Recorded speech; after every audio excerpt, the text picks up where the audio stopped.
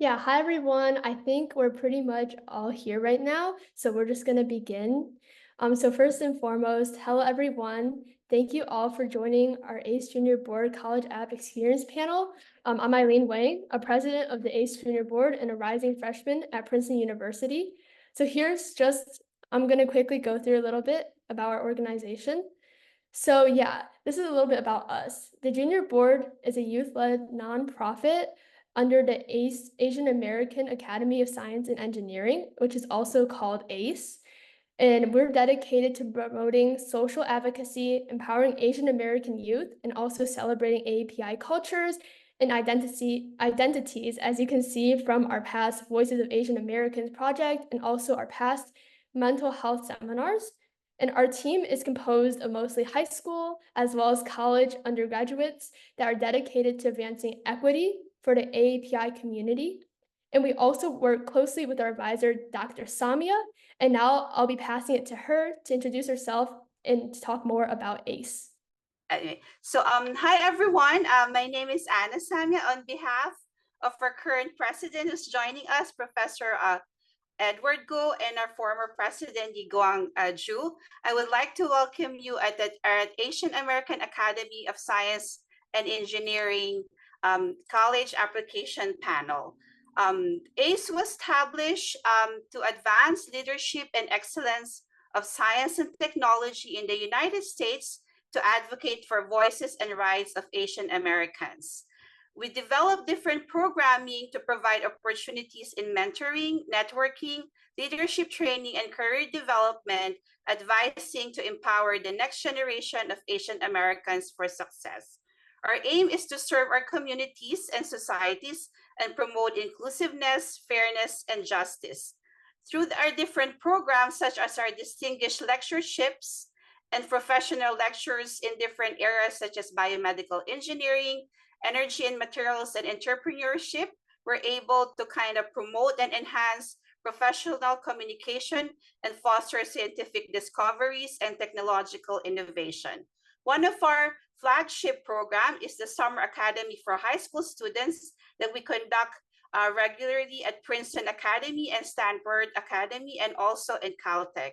We are also kind of launching very soon in November our annual summit, and we hope we can kind of see some of the people who have kind of participated here join us there in the future. To join us and to learn more about our program, please visit us at our website at www.ace.org. And with that, I would like to kind of bring over the floor to our panelists and our ACE board. Thank you. Yeah, thank you, Dr. Samia, for the introduction on ACE. And now I'll transition it over to Lillian from Ascending STEM, who are helping us broadcast this event. Hi, everyone. Thank you so much for taking your time to be here today. My name is Lillian Gan, and I'm the co-founder of the nonprofit organization Ascending STEM. We are co-sponsoring this event alongside AAASE, and Ascending STEM, or STEM, is a nonprofit organization dedicated to inspiring and empowering the younger generation to pursue careers in STEM, because we believe everyone should have the opportunity to explore their passions in STEM, regardless of background. Through innovative programming, mentorship, and community building, we aim to create opportunities and resources for the young generation and to promote more inclusive mindsets and open new avenues for success in STEM as well. Please reach out to me if you're interested in starting a branch of Ascending STEM, and check out our website. Thank you. Yeah, thank you again to Lillian and Ascending STEM for their support. And now transitioning to today's panel, 3 of our junior board team members will be moderating the discussions. And at this time, I'll be turning it over to them. Hi, everyone. My name is Kathie, and I'm from West Windsor, New Jersey. Hi, I'm Meiya, and I'm from New Jersey as well. Hi, my name is Rebecca, and I'm from Pennsylvania. Yeah, so we're so excited to have 4 panelists joining us today, and they are Matthew, Sophia, Jacques, and Laura. So it would be great if panelists, you guys can introduce yourselves now, where you're going to college, and a fun fact about yourself.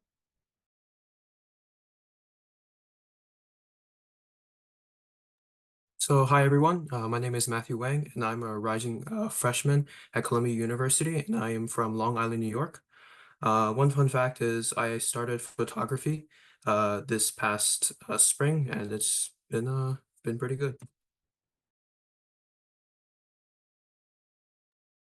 Hi everyone, my name is Jacques and I'm from Ames, Iowa, and I'll be attending the University of Chicago this fall. And one fun fact about me is that I spent a year at a high school in Hong Kong. Hi everyone, I'm Sophia and I'm from Wilmington, Delaware. I'll be attending Princeton in the fall, and one fun fact about me is I really want to learn American Sign Language.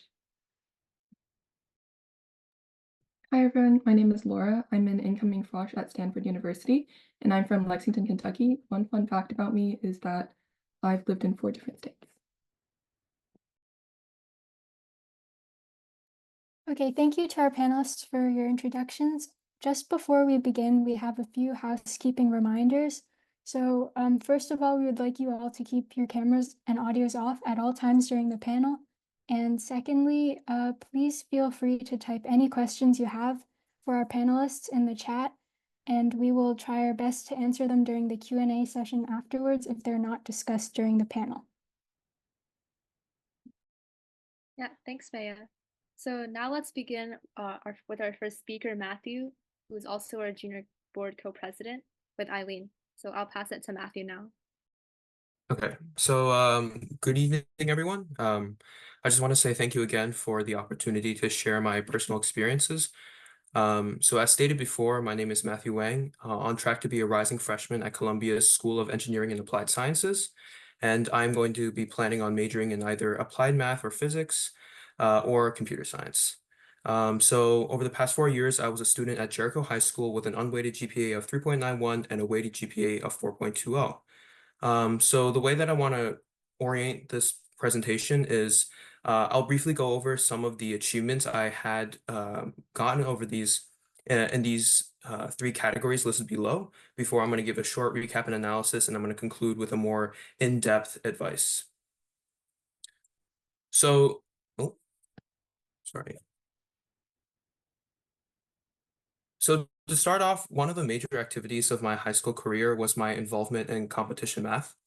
More specifically, I was a dedicated member of my school's Mathletes Club, also known as Jericho Mathletes, and I was then elected vice president from 2023 to 2024, so this past year. Our team participated in numerous county, state, and national level competitions where we won numerous awards, with a couple of them listed below. Additionally, I qualified for our county's All-Star team, which is a group of students from our local Nassau County that went to compete at the New York State Math League, which is commonly known as NISML, and the American Regional Math League, commonly known as ARML. On a more personal side, I was a multiple AAME qualifier, and I also participated in several math modeling competitions, most notably the M3 Challenge, where my team placed in the top 6%. So in my school, competition math wasn't done by everyone, but our school and region had many people that were pretty proficient in math, which made winning awards and even qualifying for example, like local teams and competitions pretty challenging. So for example, our school's math club holds a placement exam at the beginning of every year, and even the qualification for the Nassau All-Star team, which I talked about before, you needed to score high enough among the students in Nassau County. And I'm sure everyone here knows that it's pretty common knowledge that competition math is extremely competitive. So my major advice for anyone doing this is that you are always going to be learning something new, and dedication is essential if you want to improve. But I also want to stress that although math is important and can be a great way to fill up an application, I don't want anyone here to feel obligated that they need to be a master at math. Because in my opinion, if you have an interest or strength in other fields, it's much easier to pursue those than something that you don't enjoy. So additionally, over the past 4 years, I also engaged in science research, participating in several regional and state competitions, also listed below, and also doing a poster presentation at the 2023 Academy Health Annual Research Meeting. I conducted my research through my school science research class, where essentially a teacher would guide and support us as we did our own individual research projects. And then afterwards, we would able to compete in local and state competitions. So my personal research was a computational-based approach to investigate the associations between the social factors and adolescent mental health under the guidance of Dr. Yihong Zhao from Columbia University. And because I know many people are going to be interested in conducting research, I'm just going to briefly describe the research process I experienced. So to start off, you want to find a topic of interest and you want to start reading a lot of articles on that topic before you're able to narrow down your focus. Before, again, you have to read even more to gain a more comprehensive understanding of what you want to research. Now, with this knowledge, you can then find a more suitable professor by demonstrating your interest in their work and can therefore land yourself at a spot in a more professional lab. However, if your project is purely data analytics, you can just start from there. And using this knowledge, you can then just spend additional time to work out and finalize your project. I also want to stress that research varies for each person depending on what resources you have access to. Therefore, the best advice I'd have to give is to take any opportunity that you can get your hands on. Like, for example, ACE provides a research opportunity through their summer academy. And I would say, like, even connections through parents or other friends, you should jump at the opportunity because it is very difficult to successfully conduct a personal research project, in my opinion. Now, it also goes without saying that colleges love, if not require, some component of community service or volunteer work. So one major part of my application was my involvement in the AAASE Junior Board over the past 2 to 3 years. But I also helped lead 2 local programs named Learning Point and Theta Math, where we found a group of high school volunteers to teach math to elementary and middle schoolers. Additionally, I volunteered at a local food bank over the summer after COVID.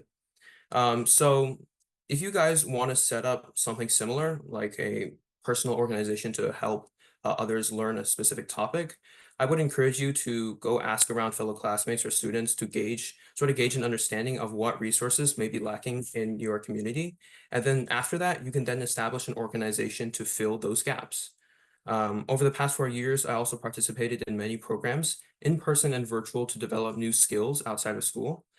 This also allowed me to meet new people and also introduced me to a lot of new fields of potential interest. I would also like to highlight that programs that are held on college campuses are especially special. Like, for example, the ones that I've participated through Columbia and also the ACE Summer Academy, as they allow you to grasp an understanding of the college environment and also the learning experience at this specific college. Additionally, I was also a National Merit Scholarship semifinalist.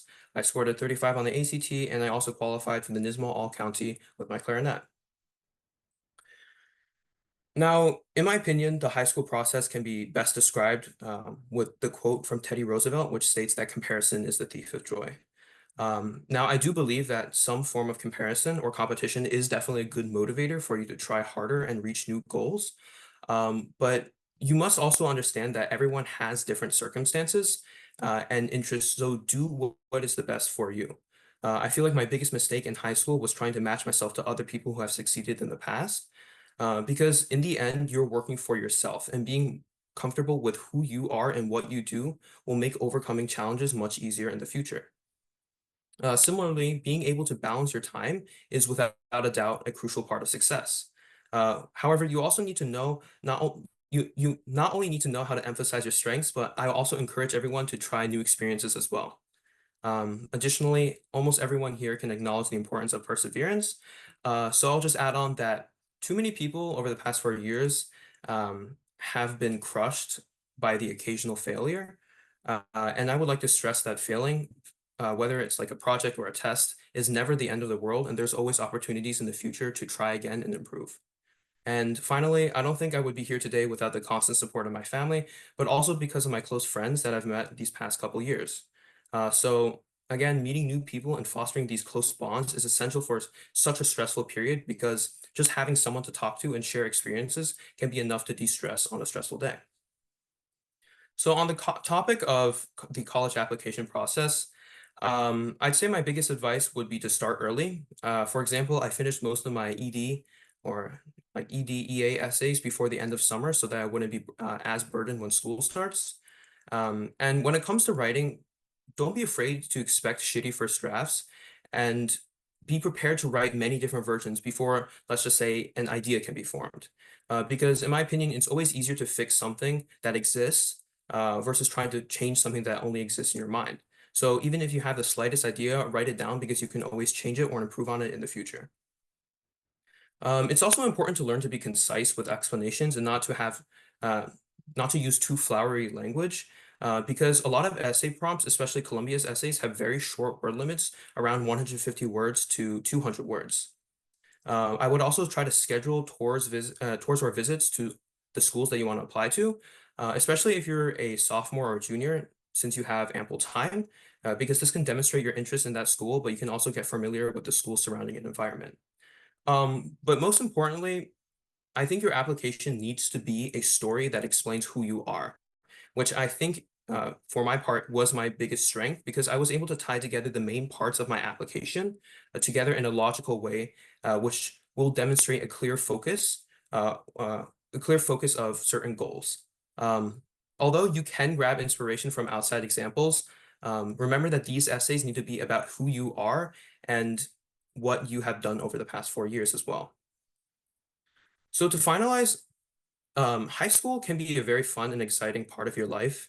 I'd say that many of my most favorite memories come from these past 4 years because, in my opinion, this is when life really starts to pick up the pace. And even among the overwhelming pressure, by focusing on what you can personally enjoy, you can not only limit stress, but you can also reach new successes as well.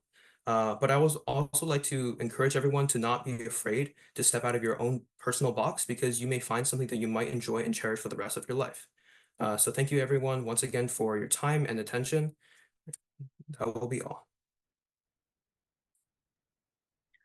Thank you, Matthew, for sharing your experience on research in math and high school advice. Next, I would like to welcome our second panelist, Sophia. Hi everyone, my name is Sophia. As I said before, I'm from Delaware and I applied restrictive early action to Princeton for chemical engineering. So just some general stats to start off. I graduated valedictorian from a class of around 120 people with a 4.0 unweighted GPA and a 4.51 weighted GPA on the 4.0 scale. I submitted my ACT score, which was a 36, and I ended up taking 15 AP courses throughout my high school career. And at the time that I was applying, I had taken 9 AP tests, so those were the scores I submitted. Moving on to the extracurriculars, my 2 main extracurriculars were actually things I did over the summer. So my first one was the summer before junior year. I was a research intern at the Princeton Laboratory Learning Program, LLP. I worked in the mechanical and aerospace engineering department with the postgrad on plasma-assisted ammonia catalysis. So that was in person around 8 weeks over the summer. My second big extracurricular was also in the summer before my senior year. I was a credit underwriting intern at a company called Reprise Financial. So they're a relatively small company that gives out car loans, and I worked mostly with data. So I used a coding language called SQL to pull data, filter it, and stuff like that. Besides these 2 things, I also was co-founder / president of Creative Writing Club at my school. I was part of a club called TEAMS, which stands for Tests of Engineering, Aptitude, Math, and Science, and we placed 2nd nationally in Design and Build and 5th in Multiple Choice. I was also part of Math League, and I taught pre-math counts class at the local Chinese school for around 2 years. I was on the editorial staff for my school's literary magazine, and I was varsity tennis captain. I played in the school chamber group, and I was a senior leader. Moving more over to the honor side of things, my 2 big ones were I was a National Chemistry Olympiad finalist. I placed 3rd in my state. And I also received multiple Scholastics Writing Awards, including an American Voices nominee and 3 gold and 5 silver keys. So one tip that my counselor told me when I was planning out what to put in my ECs and what to put in my honors is that if you have an award or an honor that you won while part of a club, rather than having it take up space in your honors category, which only allows you to put 5 honors, you can put that in the description of your extracurricular. So that's what I did here for Teams and Math League. I've won things like originally they were in my honors section, but I moved them over to make more room. So that's something you can try if you're trying to figure out how to best put the things you've done into the Common App website. So the thing about my application was I had a lot of STEM stuff, but also a lot of writing stuff. So there was the research internships, the chemistry, as well as the creative writing club and the Scholastics Writing Award. So when I was writing my Common App essay, my main goal was to, as Matthew said, I wanted an essay that would tie these two parts together. So what I ended up writing about was I chose to write about the definition of a good poem. So my essay was about how I define a good poem and also about sort of the values and things I've learned as I started writing poetry in high school. And along the way, I sort of talked about how the side of me that enjoys poetry and the side of me that enjoys STEM, how they complement each other and work together and come together to become who I am. So in doing this, I was sort of to be able to take these two things that weren't very connected and then connect them in a way that was meaningful and hopefully made sense to the college admissions people. Some general tips I'd say for the Common App essay is definitely to be authentic, right? And in order to be authentic, you're going to have to be vulnerable. And that's scary for a lot of people because it is a complete stranger reading your essay. But I think it is my firm belief that the more honest you are in your essay, the better that essay will be. Another thing I'd suggest would be to make sure you get feedback during the early stages of your essay, because I'm the kind of person who I don't like showing people my writing unless I feel like it's good enough. But you want people to read your first draft, to read your second draft, because that's when your major content changes are going to be happening, right? So you want people to give you feedback on not just the style, the concision, but also on the actual things you're putting in your essay. And that needs to happen early on. And finally, I'd say to just leave room for growth at the end of the essay. I feel like a lot of people, when they're writing their Common App, they follow sort of a formula where they pick like a defining moment in their life that taught them a lesson. And then they're like, okay, I'm going to talk about the person I was before this moment happened. I'm going to talk about the moment as it's happening. And then I'm going to talk about the person I am after this moment, right? Which is a good formula, but it can also seem kind of static, right? Because change almost never happens in an instant. Change is a process that takes time. So it's a little bit unrealistic to say, oh, this happened to me and now I've learned from it and I'm a better person now, right? You sort of want the struggle, the setbacks, the long process of learning to apply this lesson that you've learned. You want that reflected in your essay as well. And sometimes that means leaving a bit of uncertainty or doubt at the end of your essay to sort of show that you're still growing, you're still changing as a person. You're a high school student and you're not perfect yet, right? And although it might seem sort of counterintuitive to like be a little uncertain at the end of your essay, I think leaving room for growth is really what the college people want to see, because they're looking for students that are going to change and grow in college as well. So you don't want to already put an end to your story. You want to allow it to continue into the future. Moving on to some more Princeton specific stuff, they have the supplementary essays, but I'm not sure actually if the ones for this application cycle are out yet, so I won't go too much in depth. But when I was applying, they had one 500-word essay, two 250-word essays, and then three 50-word essays, just to give you an idea of how much you might need to write. Additionally, something that's pretty unique to Princeton is they require you to submit a graded essay. So an essay you wrote in English or history class, they want around 3 pages, but the one I submitted was around 5. So I don't think it matters too much as long as you're not submitting like 15 pages, right? But the important thing for this component is they want the teacher grade on it. So they want the feedback and they want the grade that the teacher gave you. So just make sure to keep in mind to save your essays, or if your teacher is like mine and it's kind of old-fashioned, gives them out on paper, make sure you keep it. Otherwise, you'll end up like me. I was digging in a pile of old papers at like 10 p.m. at night. It wasn't really fun. So make sure you keep tabs on your assignments. And then lastly, not just Princeton, but a lot of schools will give you the option to submit an art portfolio. And they say art, but it encompasses like a lot of different things. It can be like architecture, music, theater, dance. So since I wrote my Common App essay on poetry. I thought it would be a good idea to send them a writing portfolio with some of my poems in that. So that's what I did. But I think this is a good thing to keep on the radar, just as another way of adding depth or enhancing your application. And then finally, my biggest advice would be, I feel like going into my application process, I was so nervous because it felt like there was some sort of secret code or a lot of unspoken rules that I had to follow. And that if I like accidentally did something wrong or made one tiny mistake, they would just throw my whole application out. But that's not really how it works. There's no right way to do anything, especially apply to college, right? There's no perfect order for your activities, and there's definitely no perfect essay. So the best you can do is to focus on the bigger things, the bigger components, and instead of stressing yourself out over like the little details, right? Because you'll hear advice, you'll hear people say things like, oh, write your activities in present tense instead of past tense. And sure, that might help a little bit, but that's at the end of the day, that's not going to be what gets you into a school, and it's not going to be what gets you rejected from a school. So instead of worrying yourself to death over like a period or a comma, just focus on presenting as authentic an image of yourself as you can, and trust that the college admissions people will give you grace if you do make any mistakes. So that's all I have for you today.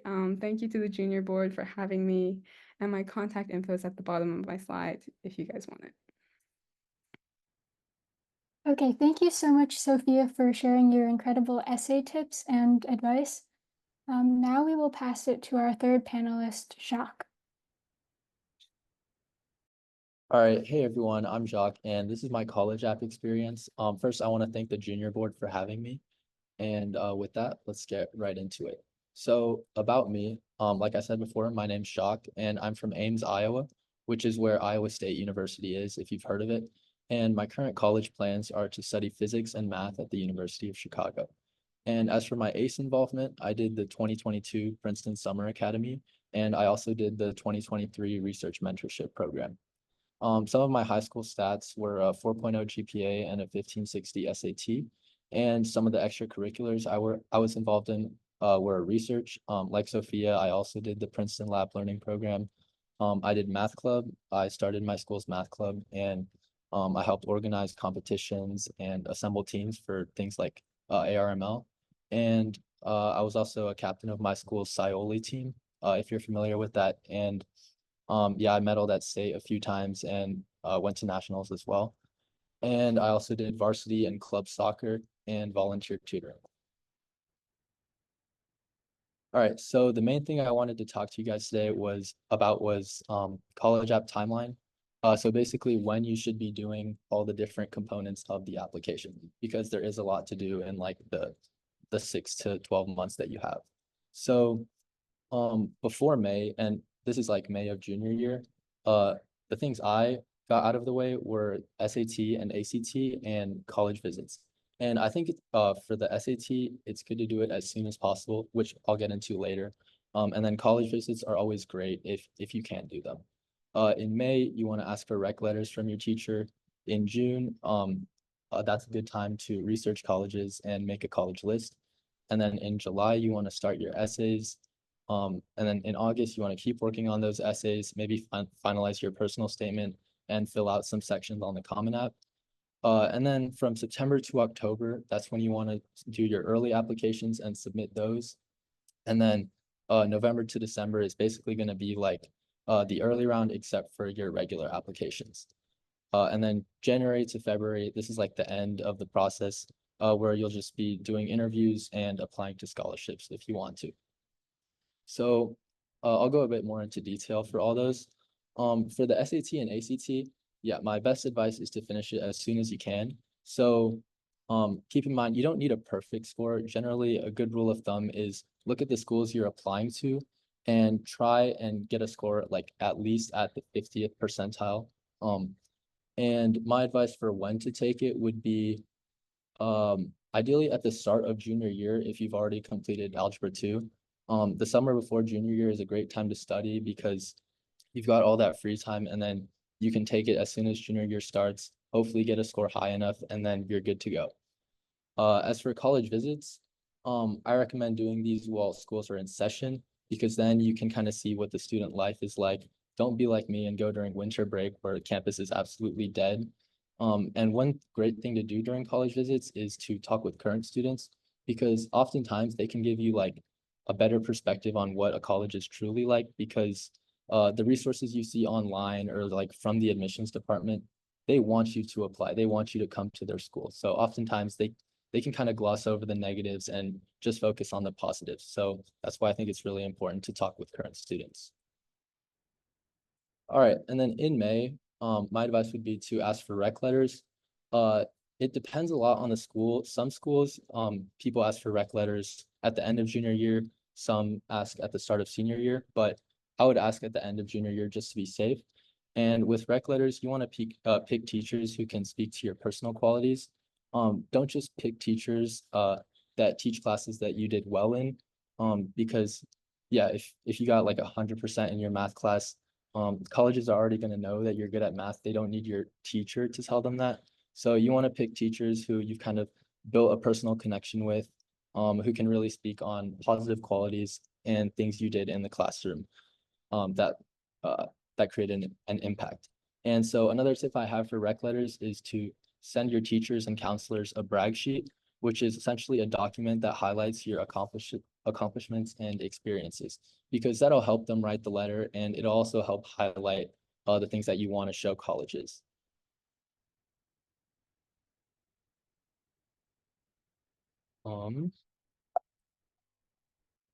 Okay. In June, what you should be doing is researching colleges and making your college list. So a good number of schools to apply to is probably 10 to 20, and you want to split this into 3 buckets. So you've got your safety schools, which are schools that you're practically guaranteed to get into and are affordable. And then you've got your target schools, which are slightly more difficult to get into. And then the rest should be reaches, which are, schools with very low acceptance rates for anybody. And as for picking schools, some factors that go into it are cost, academic programs, the location, size, and student life. And there's lots of resources online for this. You can look at schools' websites. There's plenty of books like the Fiske Guide that kind of give a brief overview of all the colleges across the US. And you can also talk to current students. In July, what I would advise doing is starting by doing the UC essays if you're applying to the University of California, because these essays, I think there's 4 of them. You get like 8 prompts and you choose whichever 4 you'd like. These essays are easier, I think, because essentially they just want you to write like you're having a conversation. So it's a good way to get used to the essay writing process without having the pressure of crafting like a beautiful piece of writing, which is like your Common App essay. So I would advise starting that first, getting it out of the way.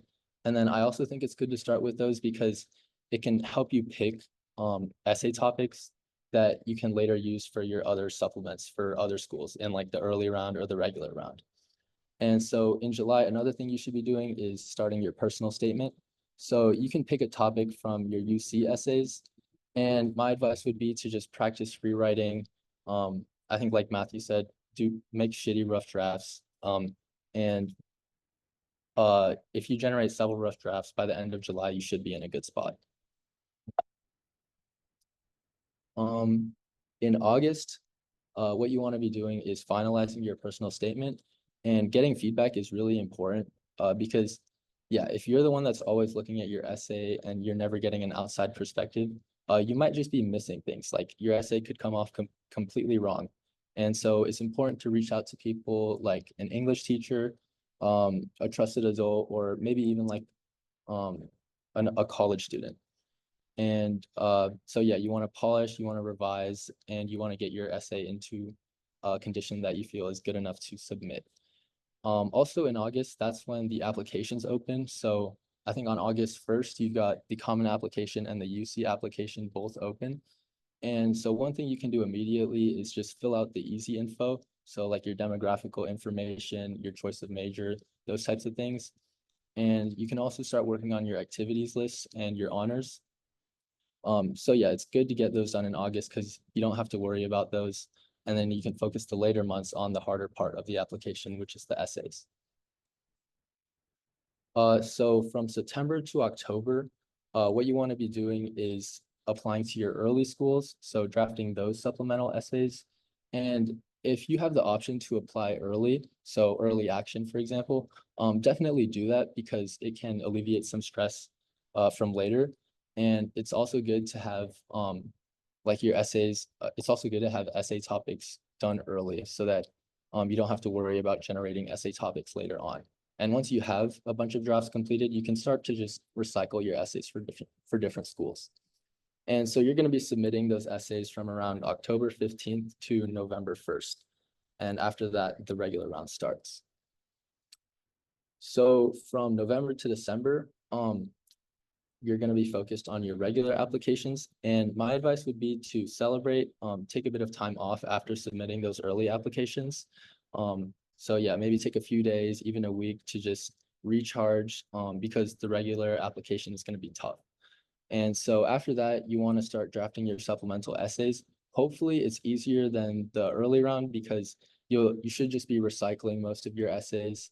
And then on November 30th, that's the deadline for the UC apps. So make sure you've got those polished and then you can submit those. And one thing to try and shoot for is to finish your applications before winter break so you can enjoy your break. But people say they're going to do that, but I've just noticed it never happens. But it's definitely a good goal to try and shoot for.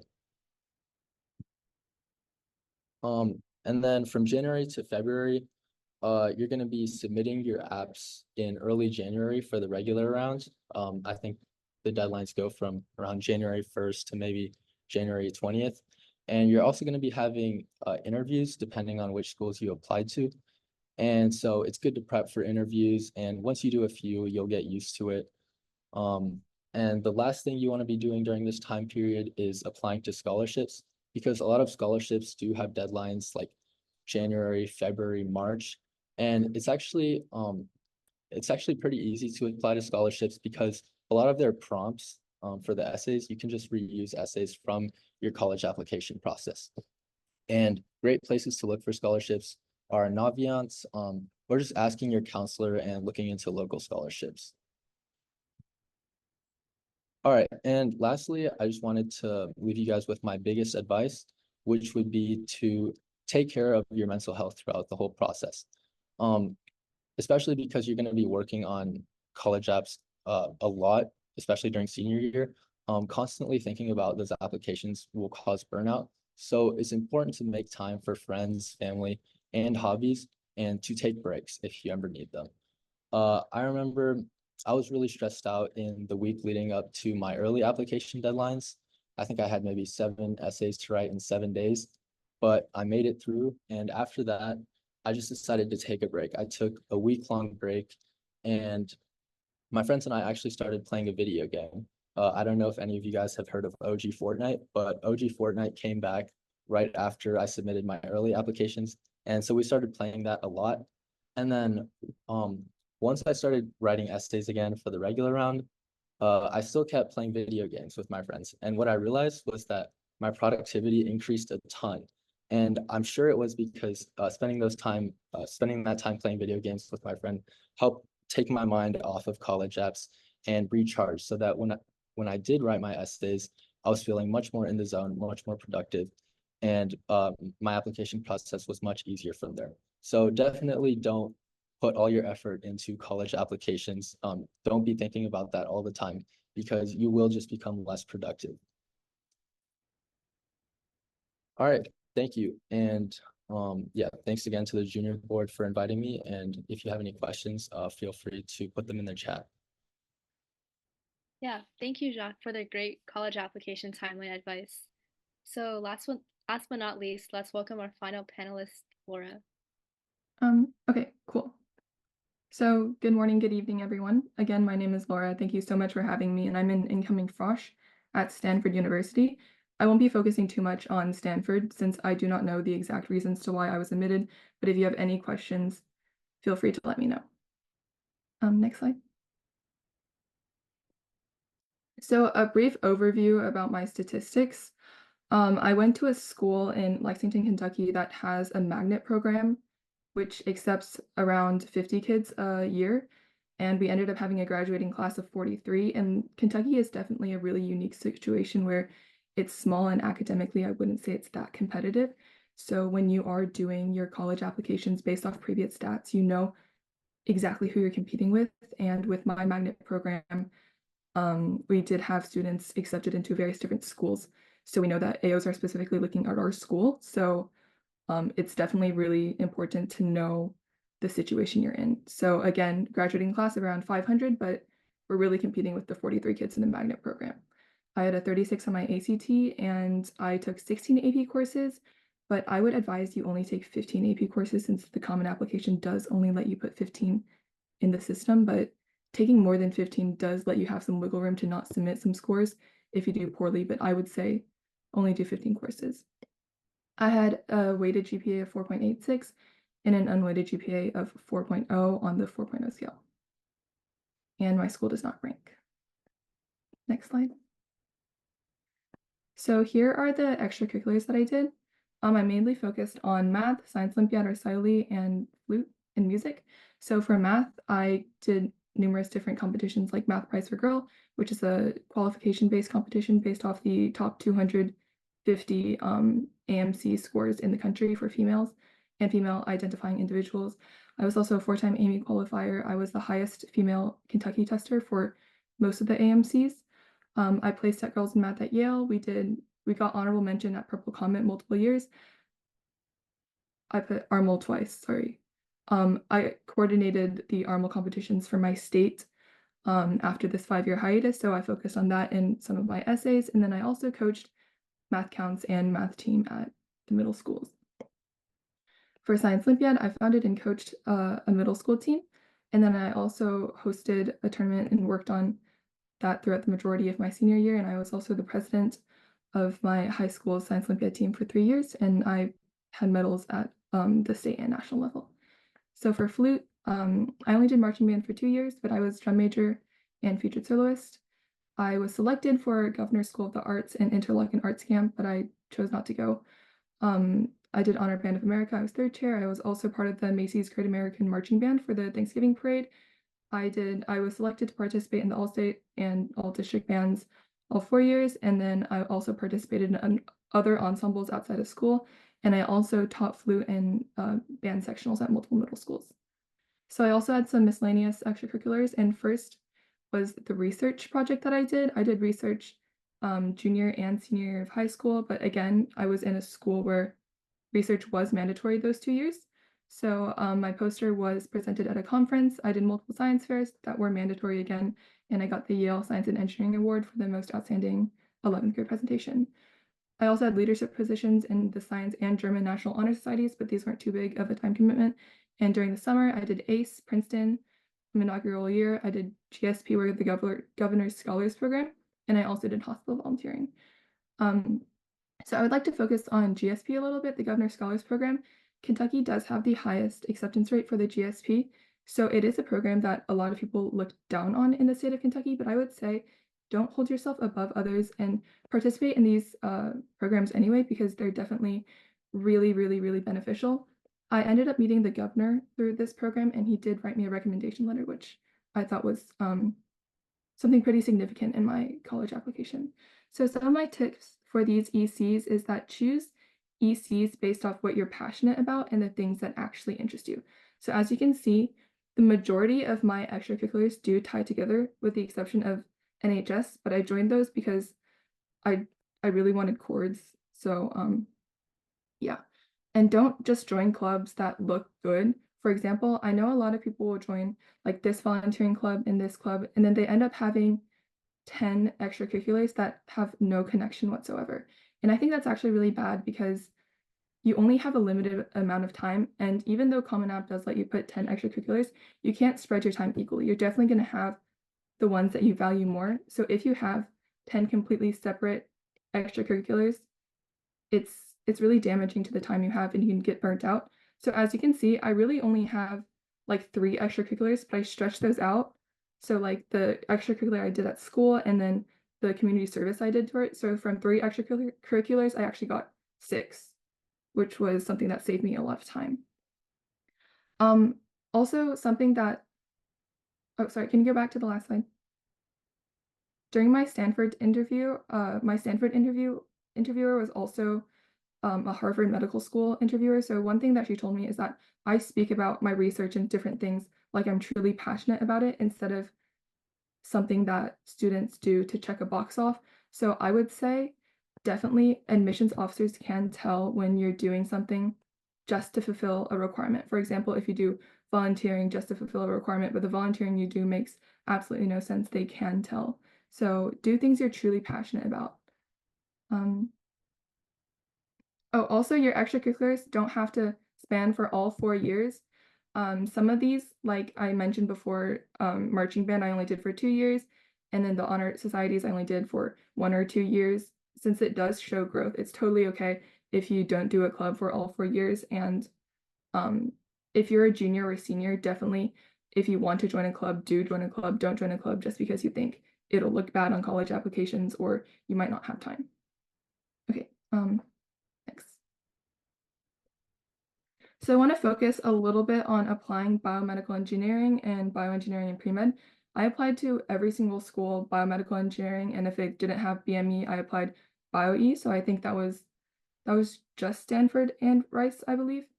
So the major you apply under is a lens for the admissions officer to view the rest of your application. So what this means is that they'll see that, for example, I applied biomedical engineering. So my essays and my extracurriculars should have some tie to show that I do actually have a passion for this. I know that a lot of schools admit based off major. So a lot of students are think that they should apply under a really random major to improve their chances, but that's actually pretty damaging because they'll see that you don't actually have any connection to this major. So make sure when you apply, it's something that you really want. And I also applied pre-med, but the major you apply for does not have to relate to pre-med. I know a lot of people who have been accepted to medical school through like a music major or something, but it's helpful to apply. It's not helpful to apply, but it's helpful to have a major that's related to pre-med so that you can fulfill pre-med requirements during college. So for BME, the main extracurriculars that I did were science Olympiad, math competitions, and then my BME research. So I kind of tied together how my build events in SciOly were about using my hands, and then also product design and testing. Math competitions were about problem solving, and then BME research, that's pretty obvious, but how these things tied together to create the reason why I was applying BME and BioE. For pre-med, that's a passion that definitely came later. I think it was like post-COVID, 10th, 11th grade, I started becoming interested in medicine. So I don't have that many medical related ECs. So what I did was I took courses at school that would be on the MCAT to kind of show that that's something I was interested in. So I took all of the biology classes, all of the chemistry classes, and then most of the physics classes offered at my school. I also volunteered at a hospital over the summer at the cardiac catheterization lab at my local hospital. And I also shadowed doctors. So the essay that worked for me was a Y major essay for Johns Hopkins University for BME. And I wanted to connect BME to pre-med because when you are applying on Common App, it does ask for your career aspiration. So I didn't put like research scientist, I put physician scientist. So I didn't really want to seem misleading in my application, which probably isn't something you need to worry about. But I connected BioE to pre-med through this one moment that I had at the hospital volunteering. It was this one stroke patient that needed like 6 to 8 hours to be shipped from rural Kentucky to the city where I lived to get this like 5-minute procedure. So I thought that was really concerning. And so I read about that, and my goal is to bring medicine to like rural areas.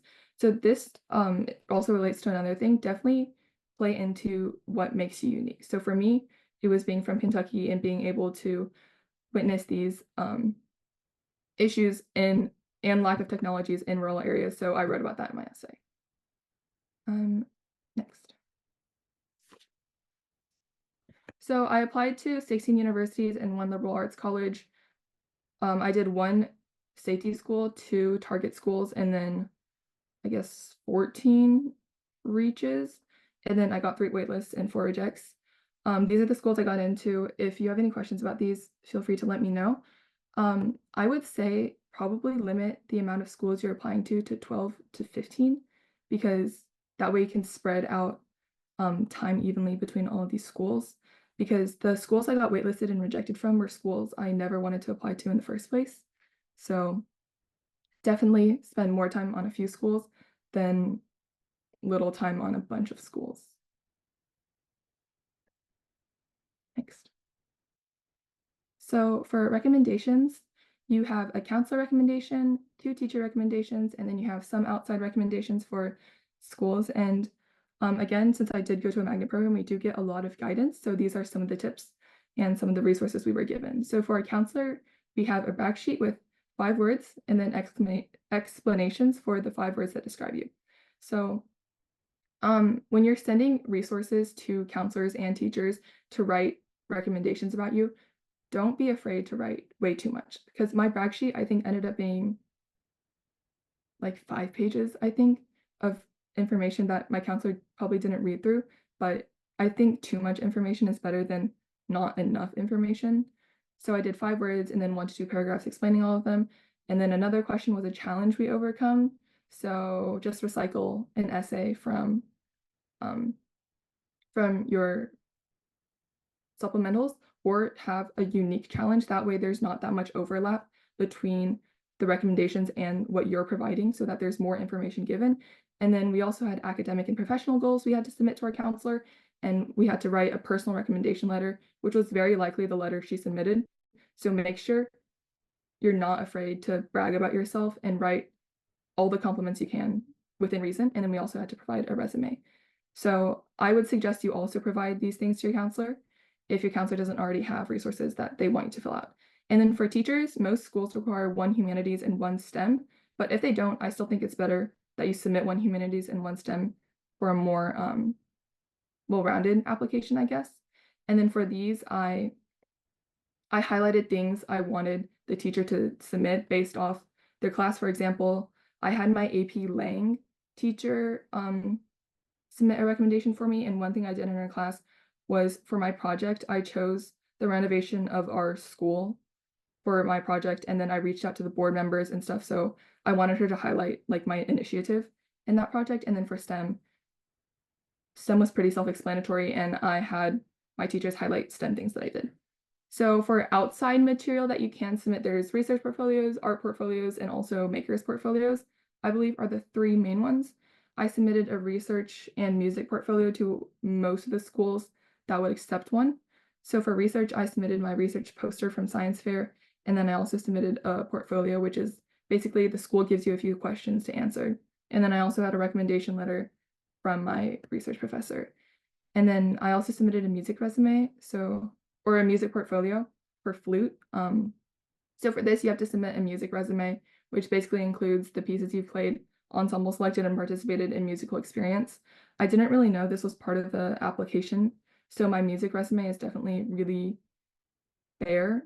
So if you are going to submit a music portfolio, start building your resume early, and then also 2 contrasting pieces, and then a teacher recommendation. I think submitting outside material is very helpful. Submit it definitely when you can, because again, the schools I got rejected from and waitlisted from, I didn't submit outside material. So definitely submit outside material, even if you're not that confident about it, because I think submitting outside material kind of backs up what you put in the descriptions of your Common App. So for example, like if you played an instrument for 7 years and you don't submit a portfolio, it's kind of like, why are you not submitting a portfolio?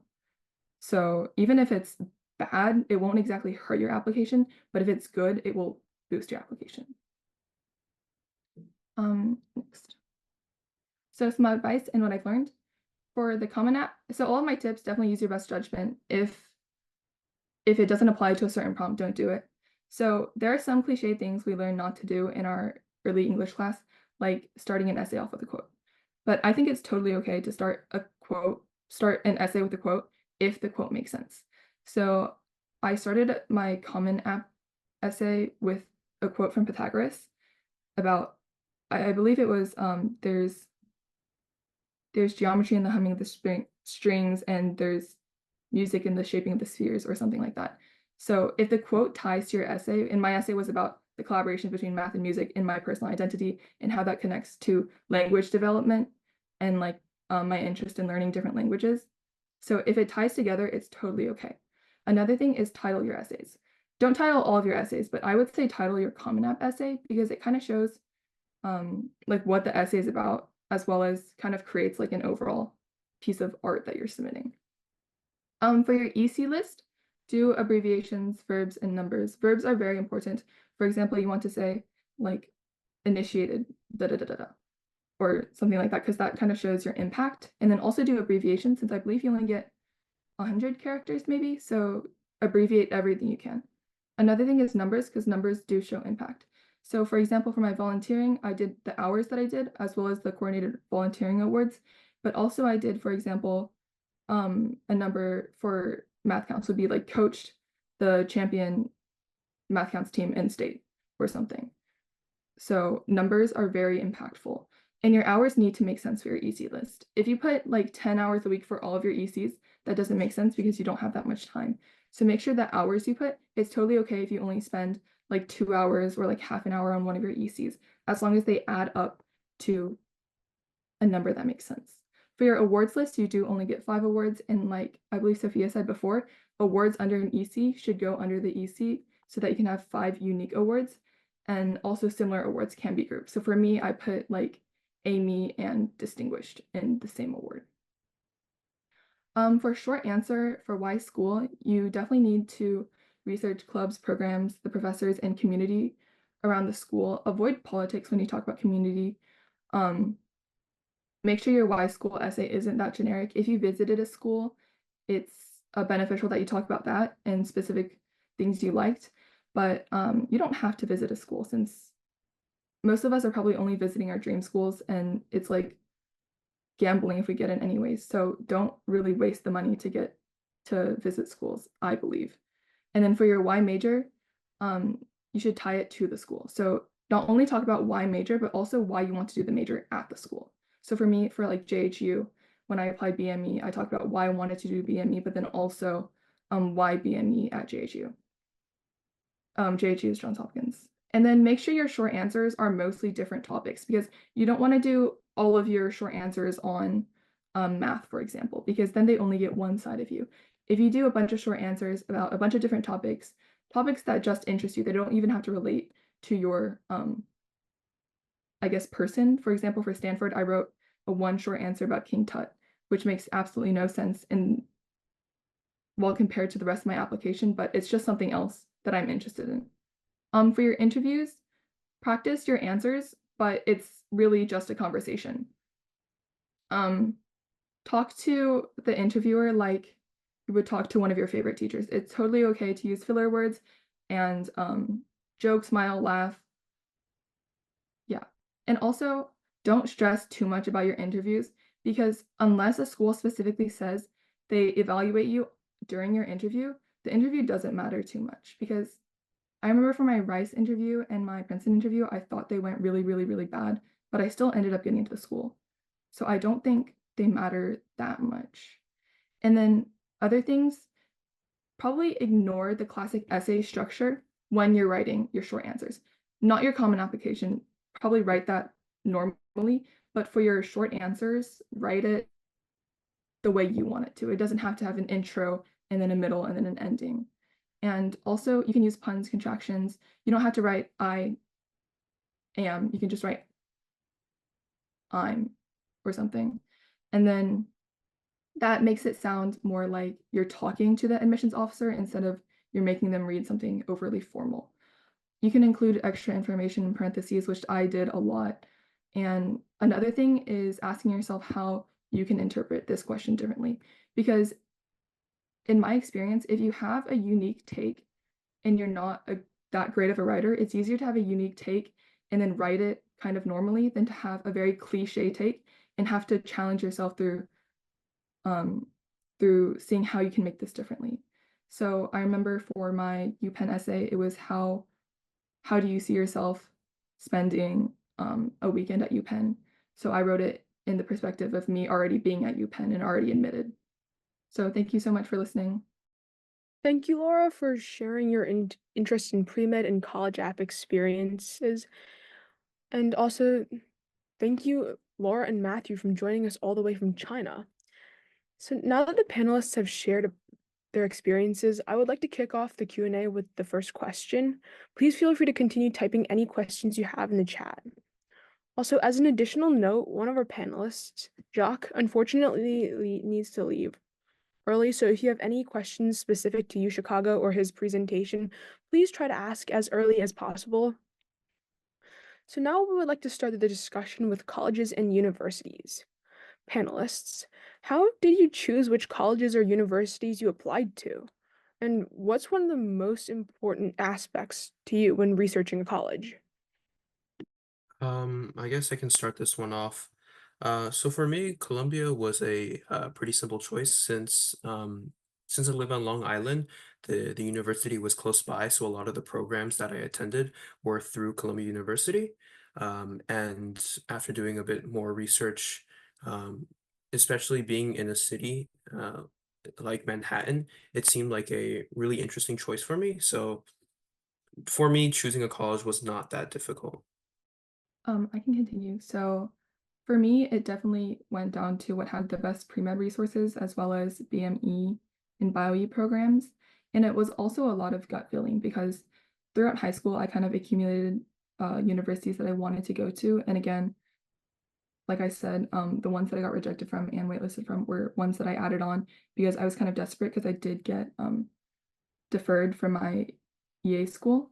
So I would say research the courses and clubs that you're interested in and how that connects to the school. And if that kind of sticks out to you, apply to that school.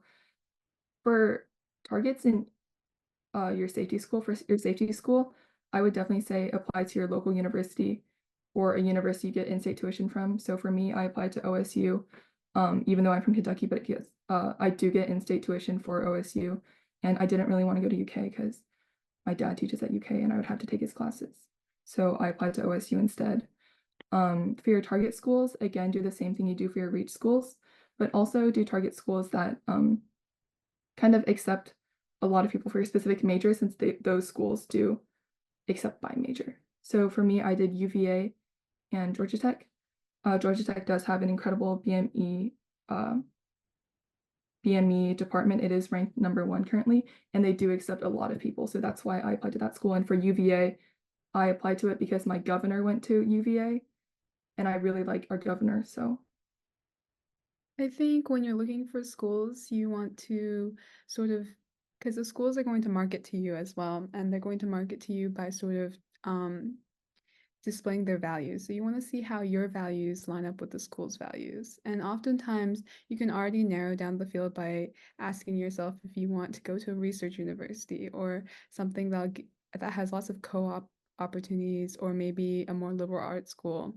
How big do you want it to be? Stuff like that to narrow your field. And then once you have a few options, you can go in and sort of see how they market themselves, what kind of things they really value, and what kind of community they're trying to create. Yeah, thanks for all sharing it all. It's all very good advice. Our next question is, was there anything that surprised you during your application process? I guess I could start off again. I guess the most surprising part was how long it took for me to come up with my final idea or my final draft.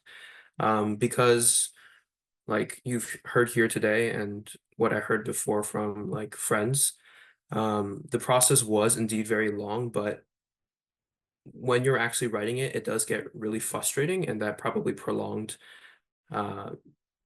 for me, it probably prolonged how long it actually felt.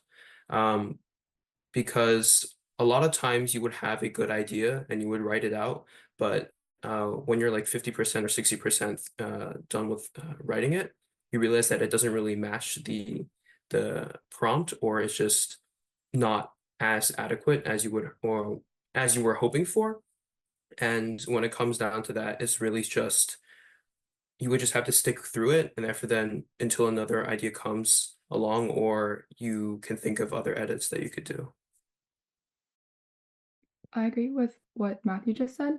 One thing that really surprised me during the college app process was how many ideas came very last minute. So two of the main essays that I completely rewrote, like the day before I submitted, were my Common App 1 essay and then also my Princeton and Rice 500. So those were essays that I had sitting for around a month, and then I completely rewrote them the day before the deadline because I thought that essay that I wrote previously was not that great.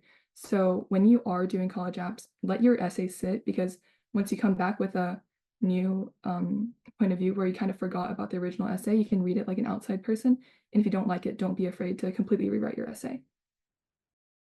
I think something that surprised me about the process was that it can really end up teaching you a lot about yourself. You're sort of forced to reflect and to think about things in a way that you don't usually do.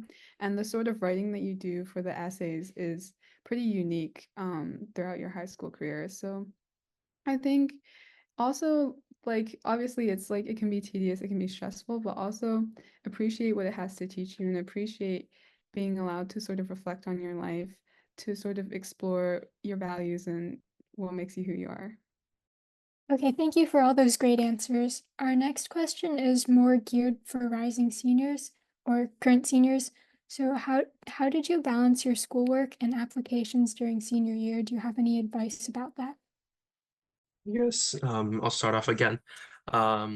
So I think there's no real correct answer for this question because again, each person can deal with problems very differently, and also there are going to be problems that you're going to come to face that you weren't expecting.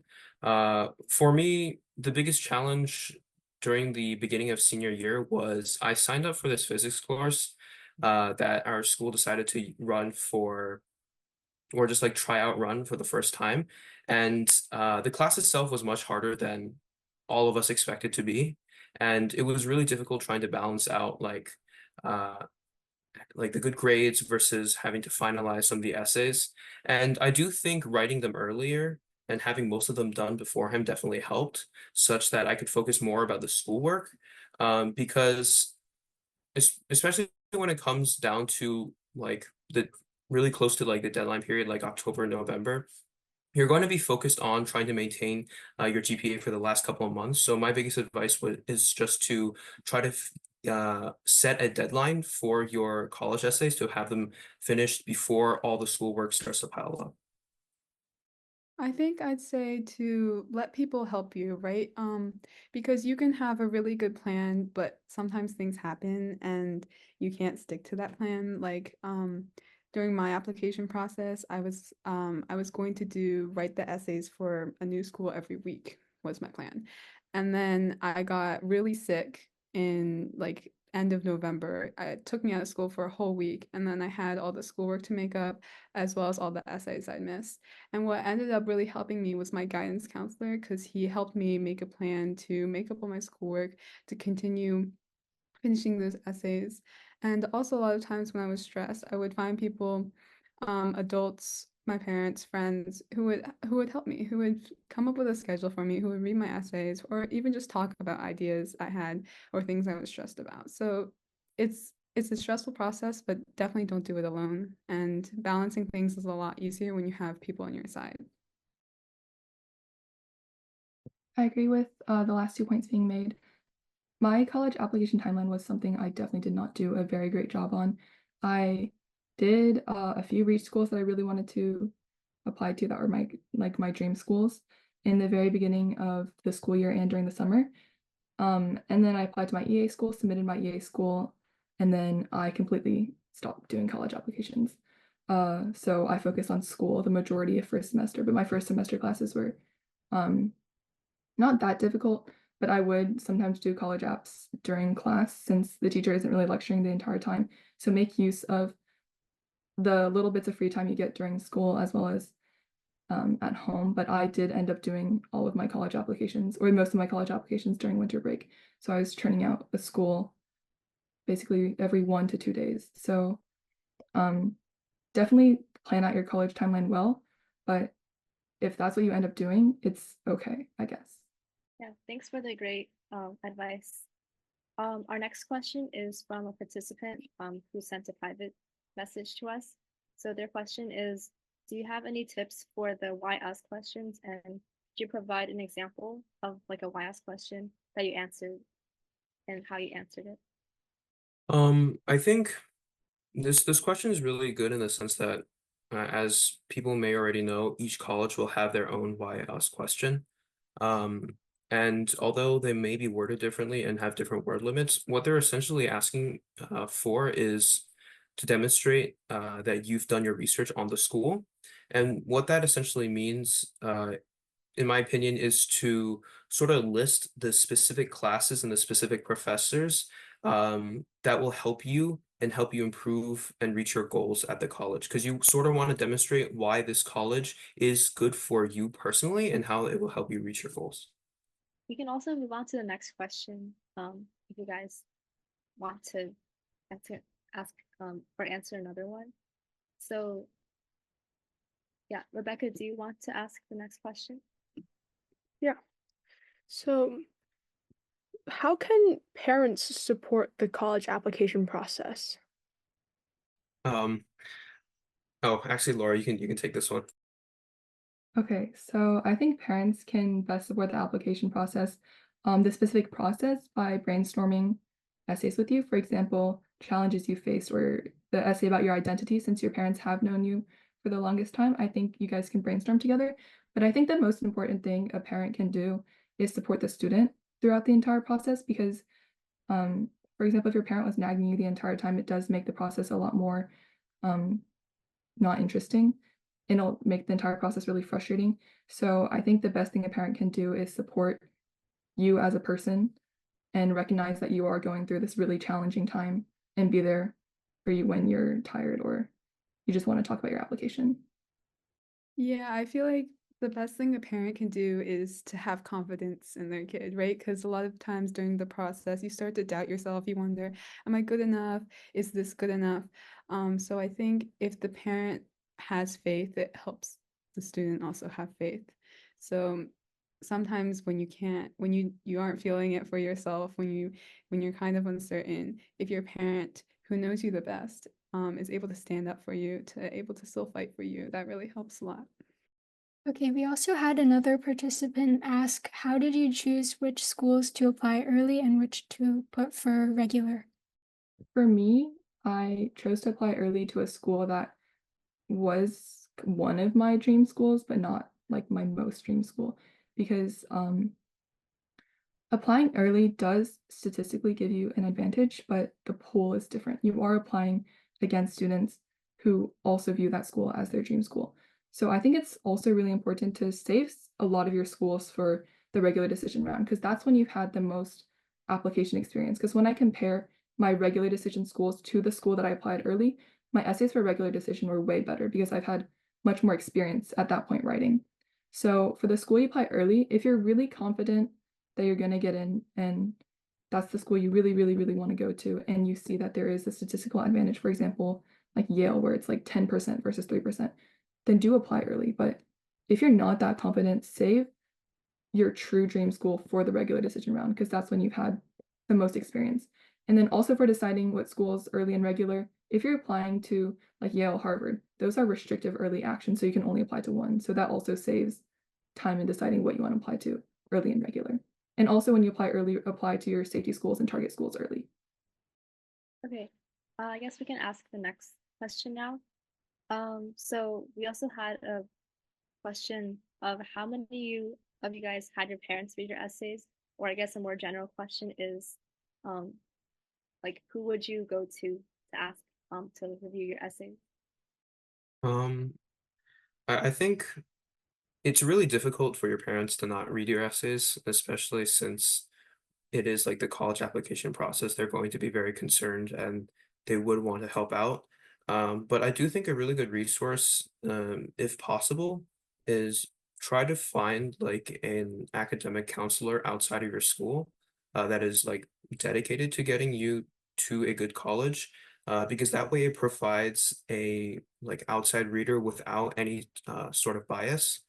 Because there were many instances where my mom was reading my essays and believed that there was some stuff that needed to be fixed while my counselor had other ideas. And like these contrasting ideas can help you brainstorm additional ones as well. So always look for, I guess, other opinions other than your parents, because sometimes they don't know what's truly best. I'd say your English teacher could be a good choice. I know I had my English teacher read mine. I had my counselors read them. I had my parents read them. I think the thing is you have to know what advice to take, and you have to know which advice to not take. So you'll get a lot of different information about what you should do with your Common App, but at the end of the day, you know yourself better than anyone. So you have to decide, you have the final say on what goes on with your essay. Yeah, so our next question is I guess geared towards 9th and 10th graders. Do you have any advice specifically for underclassmen in high school? For underclassmen, I would say research the college application process and see how you can start building your resume. So, I guess I can speak for the panelists here because we're class of 24. Our freshman year and sophomore year were very impacted by COVID. So we did have a grace period where we kind of only had to start things 10th and 11th grade. But for you guys, I would say start building your resume. Know how a resume is formatted, know what you want on your resume, and kind of now join a bunch of different clubs to see what you're interested in and then narrow that down. Also, maybe it's too early, but probably also research the college application process. So for example, know that you need around 10 extracurriculars, 5 honors. So know how you're going to get what you're going to put into the application. I'd say probably remember your summers, because summers, just do something productive during your summers. Maybe not summer after freshman year, but probably summer before junior year and summer before senior year. So it doesn't have to be anything crazy. It can be like service or a job or an internship. Just remember to do something with that time. And I'd also say to form good relationships with your teachers, right? Because they're going to be writing your rec letters. So it can be something as simple as just like stopping, like staying a few minutes after class to say thank you, or joining a club that maybe they run. But find a couple of adults that you can form strong relationships with, because they're going to be able to advocate for you in the process as well. Yeah, I think the biggest piece of advice I would give is just to try new things, especially if you don't have too concrete of an idea of what you want to do in high school. Because that way, like Laura said, you can be able to find things that might pique your interest, and then you can just build on from there. Okay, someone else also just asked, how did you decide on your major or your general direction that you're interested in? For me, my major was relatively simple because for the past, well, I guess like past 13 years maybe, I've always been involved in a lot of competition math through like elementary school, middle school, and high school.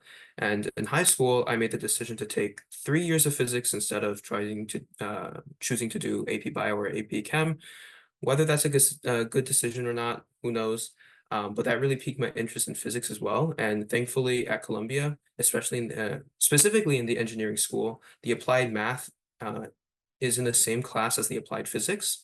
So right now I'm still choosing between pursuing computer science, because after doing research using like a computational component, that really piqued my interest as well. So I'm trying to choose between computer science and applied math and physics. Like Matthew, my major did come pretty obvious since it is what I've been really interested in, as well as, I guess growing up, I've always done a lot of STEM. So combining all of the STEM fields, I really wanted to do engineering. And since I'm interested in the human body and medicine, that's kind of how I went to biomedical engineering and bioengineering. But one thing is, don't be too set on your major, because I'm not sure about other schools, but Stanford does admit, when you're admitted to Stanford, you're admitted to the entire school. So you're not expected to commit to your major until the end of your sophomore year. So even though you're super set on, say, I'm going to apply under a CS major, I'm going to apply under a math major, be open to changing your mind, because while I don't see myself changing from bio-E, since I am pre-med and my major doesn't matter too much, I will be taking a lot of liberal arts classes. So there might be a point where I decide to change my major or my career path.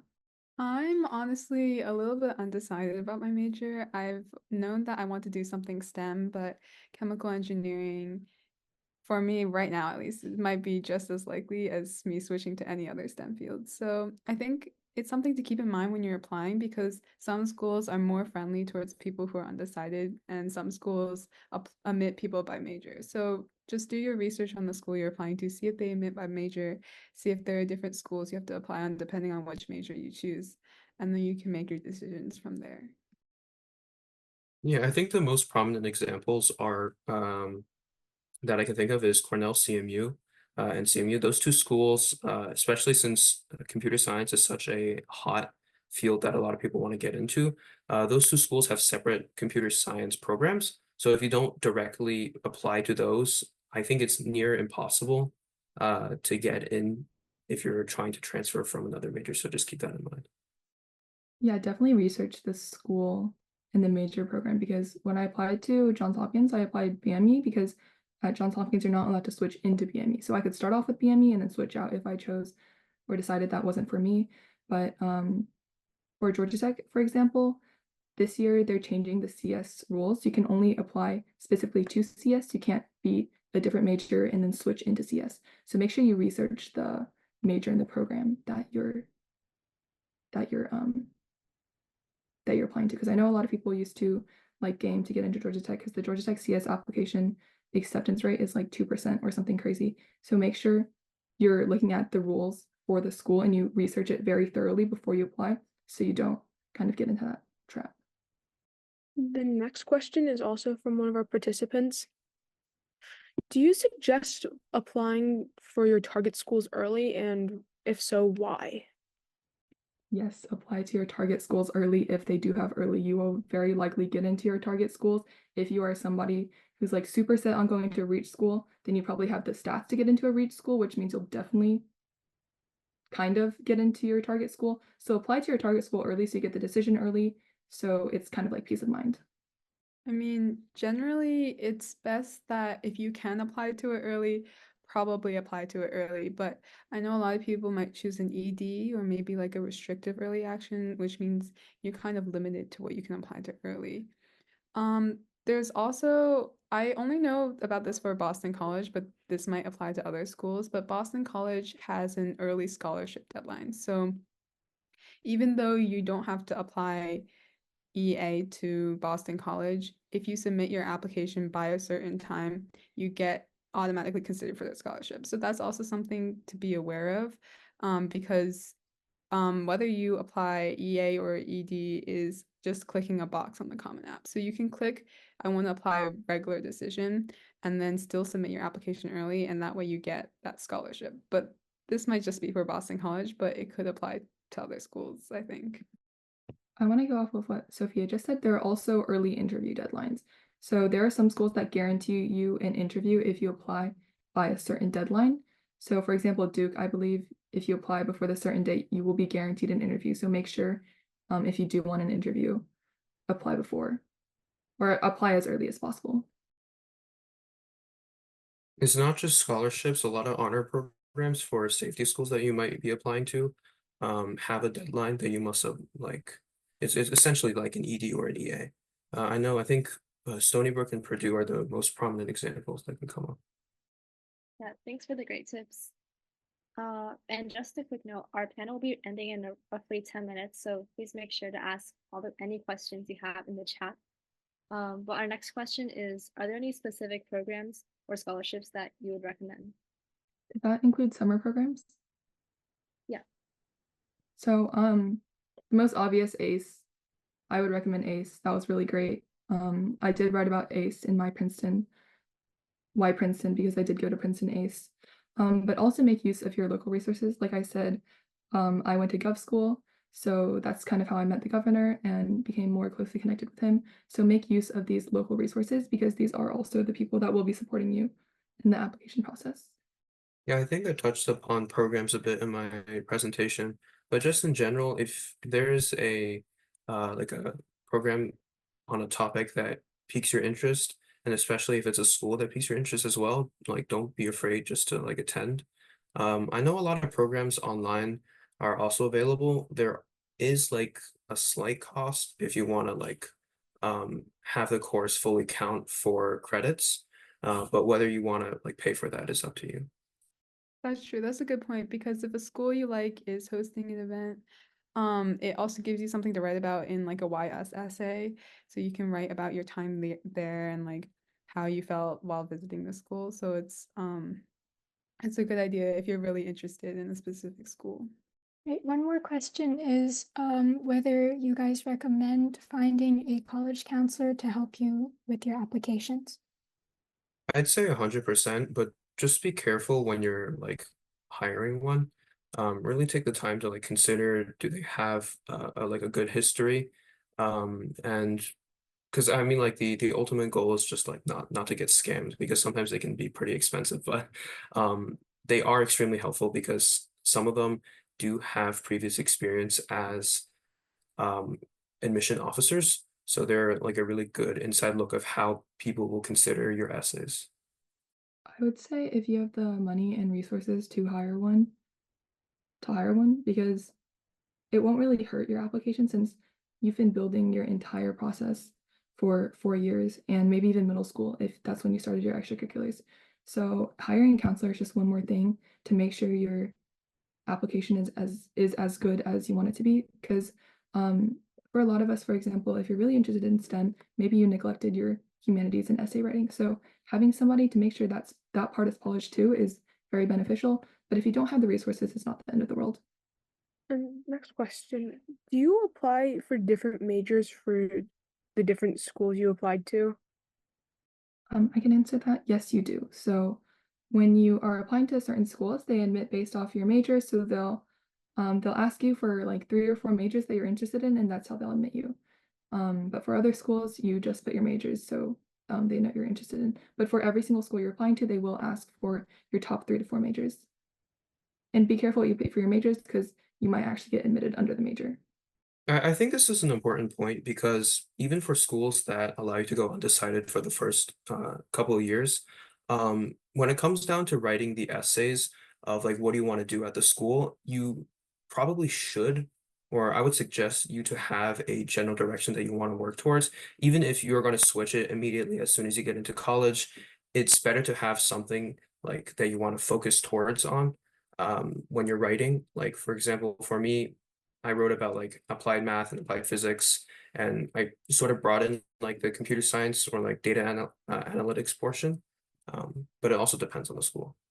Yeah, I know, just to give an example, I know University of Maryland, their computer science major is a closed major, so you can't transfer into it. You can only transfer out of it. So I applied chemical engineering for most of my schools, but for U Maryland, I chose to apply as comp sci just because that major was closed off.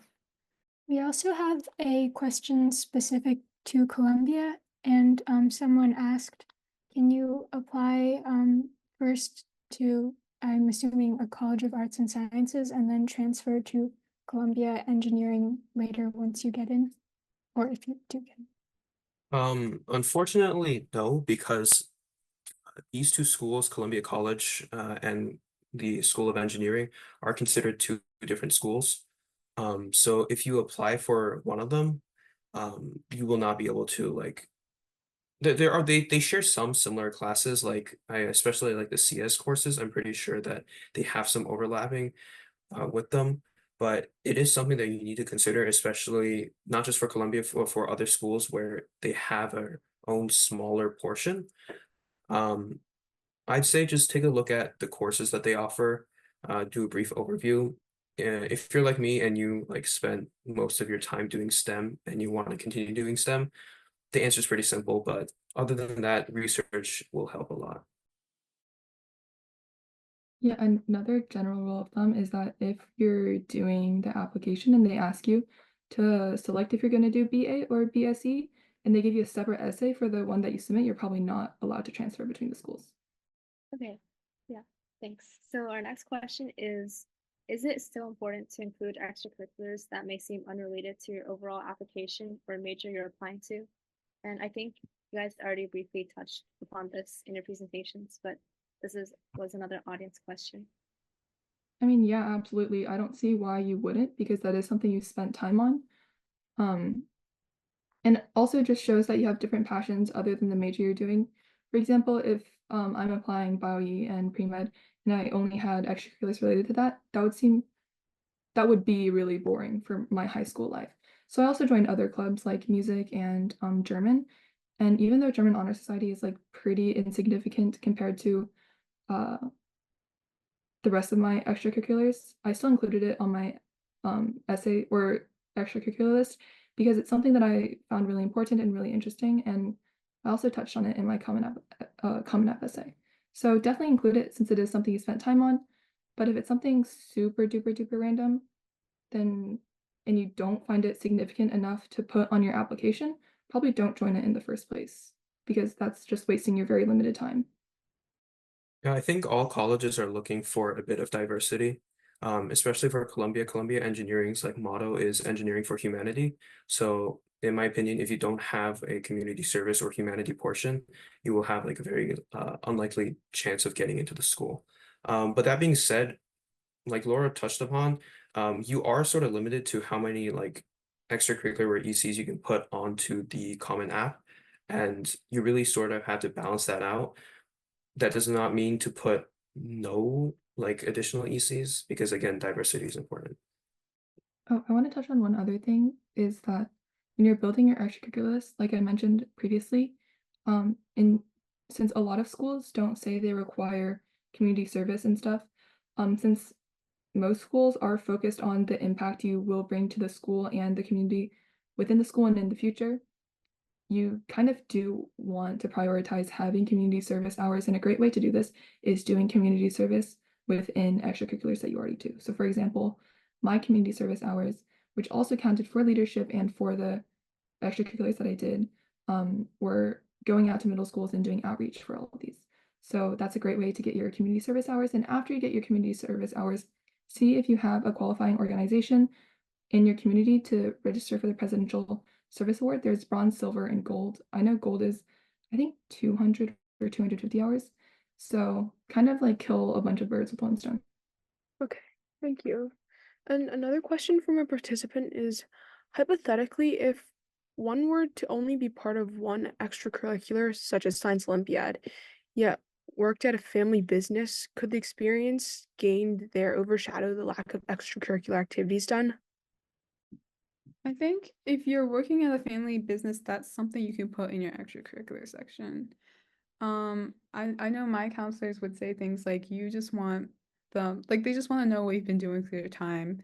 So as long as you explain yourself, you're all good. So if you did work in the family business, that's, I think, absolutely something you can include in your extracurricular section. Yeah, I know that it may not seem like it to you, so getting like a additional pair of eyes, like a school counselor, like Sophia just said, will help a lot. And because for me, like the main club that I did in high school was mathletes.